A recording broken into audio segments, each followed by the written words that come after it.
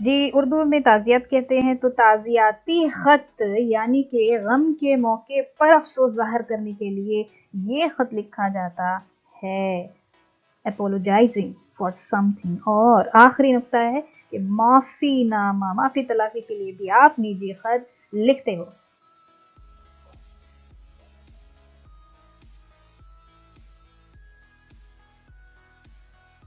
ویسے بہت بہت بہت زیادہ ضروری ہے یو ایس ایل اسٹوڈنٹس کے لیے، اردو سیکنڈ لینگویج جن کی ہے، یہ بچے ہمیشہ یہ غلطی کرتے ہیں۔ میرا ذاتی پرسنل مشاہدہ ہے، ایکسپیرینس ہے کہ ان کو پتہ ہی نہیں ہے کہ کس چیز کے کتنے مارکس بنتے ہیں، اس لیے یہ وہ حصہ وہ پوائنٹ چھوڑ دیتے ہیں اور پھر مارکس پورے نہیں ملتے۔ تو کسی بھی خط کے دیکھیے 6 ضروری حصے ہوتے ہیں جس کی وجہ سے ایک خط کمپلیٹ ہوتا ہے۔ کمپلیٹ لیٹر لکھنے کے وہ 6 نقطے، ایک مکمل خط لکھنے کے 6 ضروری حصے کون سے ہیں؟ تو سب سے پہلا سٹیپ اس میں ہوتا ہے ایڈریس، جس کے لیے ہاف مارک بنے گا۔ ڈیٹ ہوگی، یہ ہرگز نہیں بھول سکتے آپ، ڈیٹ لکھنی ہوتی ہے، اس کے ہاف مارک۔ سیلوٹیشن یعنی القاب دینے ہوں گے آپ کو، اس کے ہاف مارک۔ گریٹنگ دینی ہوگی، آداب و سلام جسے کہتے ہیں، ہاف مارک اس کے ہوں گے۔ اور دیکھیے ویسے نفس مضمون جو باڈی ہوتا ہے وہ 2 مارکس کا ہوتا ہے، لیکن اس کو بھی سب ڈیوائڈ کیا گیا کیونکہ باڈی آپ ڈائریکٹ نہیں لکھ سکتے۔ نفس مضمون کے پہلے آپ کو ابتدائی جملہ لکھنا ہوتا ہے، درمیان میں نفس مضمون آتا ہے، اور اس کے آخر میں بھی اختتامیہ جملہ لکھنا ہوتا ہے۔ اور اس کے 2 مارکس جو بن گئے نفس مضمون کے بعد اگلا سٹیپ، اگلا مرحلہ ہے تعلق ظاہر کرنے کا، ٹھیک ہے۔ یہاں پر جو ہے آپ فل سٹاپ کرنے والے ہیں اپنے لیٹر کو، آپ کو بتانا ہوتا ہے کہ میں آپ کا کیا لگتا ہوں، آپ کا پیارا دوست، آپ کا پیارا بیٹا، ٹھیک ہے۔ اور آخر میں سگنیچر میں آپ اپنا نام لکھتے ہو، اور یہ 6 ضروری حصے ہیں جس کے کل ملا کر آپ کو 5 مارکس ملتے ہیں۔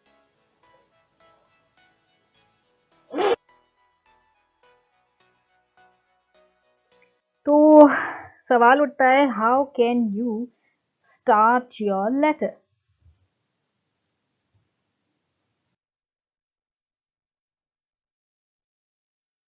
دیکھیے نفس مضمون کی بات کی تھی، باڈی خط کا بہت ضروری حصہ ہوتا ہے اور اس کی شروعات کیسی کرنی چاہیے۔ تو یہاں یہ جو ہے غیر رسمی خط کا پہلا پیراگراف ہوتا ہے جس میں آپ کو ابتدائی جملہ لکھنا ہوتا ہے۔ مکتوب الیہ کی خیریت، اس میں آپ پوچھ سکتے ہیں، اپنی خیریت بتا سکتے ہیں، گھر کے حالات کے بارے میں پوچھ سکتے ہیں، یا خط ملا یہ اطلاع دے سکتے ہیں، یا اپنی مصروفیات کا ذکر کر سکتے ہیں۔ جیسے کہ یہاں پر کچھ مثال بھی دی ہوئی ہے کہ خدا کے فضل و کرم سے میں یہاں خیریت سے ہوں اور امید کرتی ہوں کہ آپ بھی بخیریت ہوں گے، ٹھیک ہے۔ جیسے کہ انگلش میں آپ لوگ لکھتے ہیں how are you, I hope you are fine. الحمدللہ میں خیریت سے ہوں اور اللہ تعالیٰ سے آپ سب کی خیریت چاہتی ہوں۔ I hope you and your family are in the best of health. گھر میں سب کیسے ہیں؟ امید ہے کہ خیریت ہوگی، میں بھی آپ لوگوں کی دعاؤں سے اچھی ہوں۔ تو یہ چند مثالیں تھی ابتدا کرنے کی۔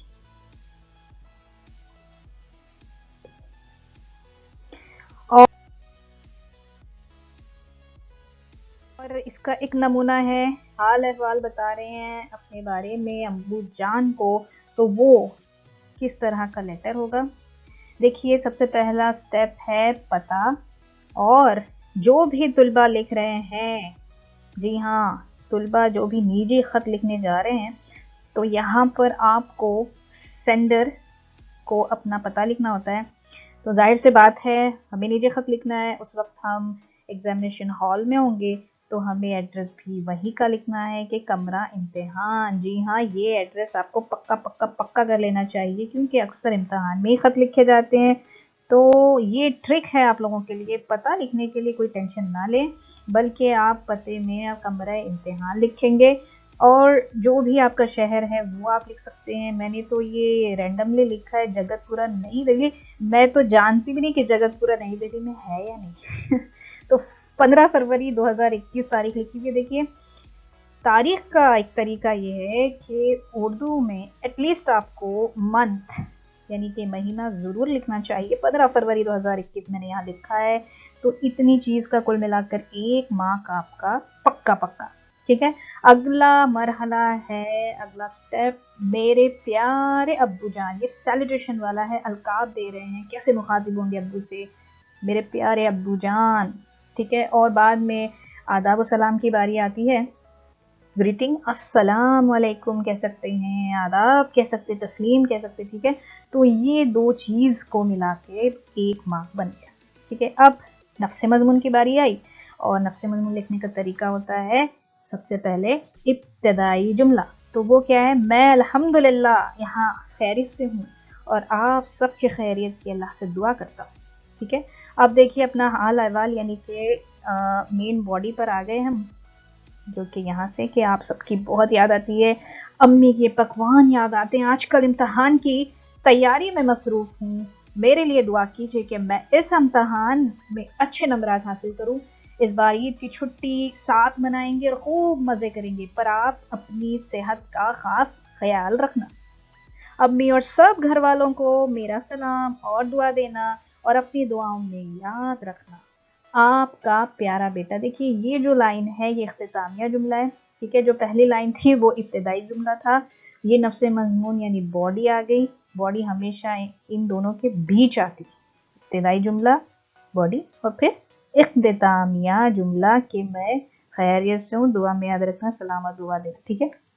اور کلوزنگ میں آپ کو اپنا تعلق ظاہر کرنا ہوتا ہے. آپ کا پیارا بیٹا، نور نظر، لخت جگر، لڑکی ہوگی تو کہے گی آپ کی لاڈلی شہزادی گڑیا. ٹھیک ہے. اور نیچے آپ کو اپنا نام لکھنا ہوتا ہے. تو یہ بھی ایک ٹرک ہے. دیکھیے یہاں پر نام نہیں لکھا ہے بلکہ الف بے اور جیم لکھا ہے.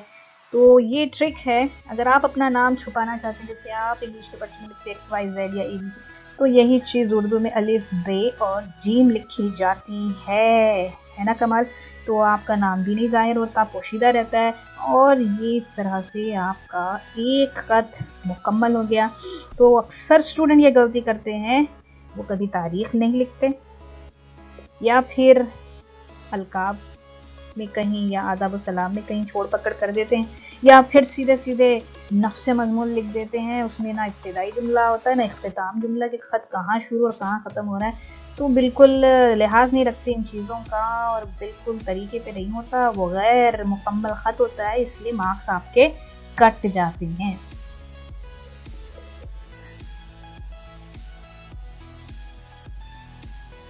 اب ایک نظر ڈالتے ہیں کہ کس طرح کا سوال آتا ہے امتحان میں. یہ آپ کا ریسنٹ 2020-21 کا سیمپل کوشچن پیپر، اور اس میں جو ہے مضمون نگاری اور یہ سب کچھ یہاں سے نکالا ہوا یہ ٹکڑا ہے، جس پہ کہ آپ کو لیٹر رائٹنگ، خط نویسی کے لیے سوال پوچھا گیا.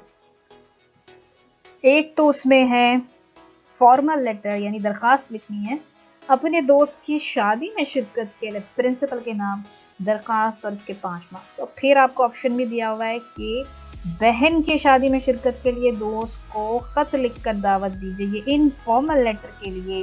تو آپ کو دونوں میں سے کوئی ایک چیز لکھنی تھی. ویسے آج ہم نے فوکس اس چیز پہ کی تھی، ہم نجی انفارمل لیٹرز کی طرف فوکسڈ ہیں. ٹھیک ہے. تو ہم نے اسی کو کور کیا، اور اسی کے تحت ہم نے اگلا خط لکھا.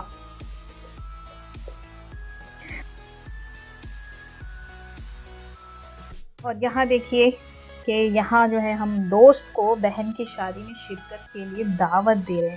اب آپ کو ایک چیز نوٹس کرنی ہے، اس خط میں میں نے کوئی چیز کم کر دی ہے. جی ہاں، اس خط میں میں نے کوئی حصہ چھوڑ دیا ہے، کوئی چیز چھوڑ دی ہے، اور آپ کو وہ بتانا ہے کہ کون سا حصہ میں نے چھوڑ دیا ہے. یہ خط کیوں مکمل نہیں ہے، چیک کرتے دیکھتے ہیں کہ آپ جواب دے سکتے ہیں یا نہیں. تو وہی ٹرک یہاں پر آزمائی گئی ہے. بالکل وہی والا ایڈریس لکھا ہے، کمرہ امتحان جگت پورا، نئی دہلی، 15 فروری 2021. جی ہاں، آج کی ڈیٹ لکھی ہے.